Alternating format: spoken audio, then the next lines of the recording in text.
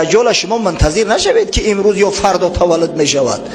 دجال 3,500 سال قبل از این تولد شده است. دجال عملی منفور و منحوس خیش را پنهانی کرده ایستاده است.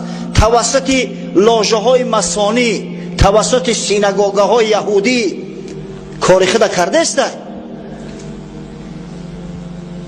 هیچ چیزی نو نیست، نو پیدا نمی شود، بلکه الکی هست.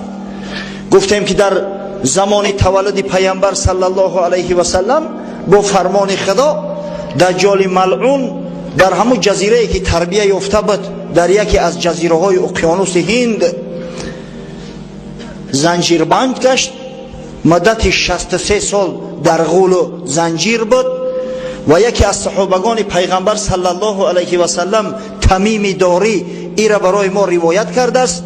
امام مسلم در صحیحش در قصه جساسه برای ما بیان کرده است.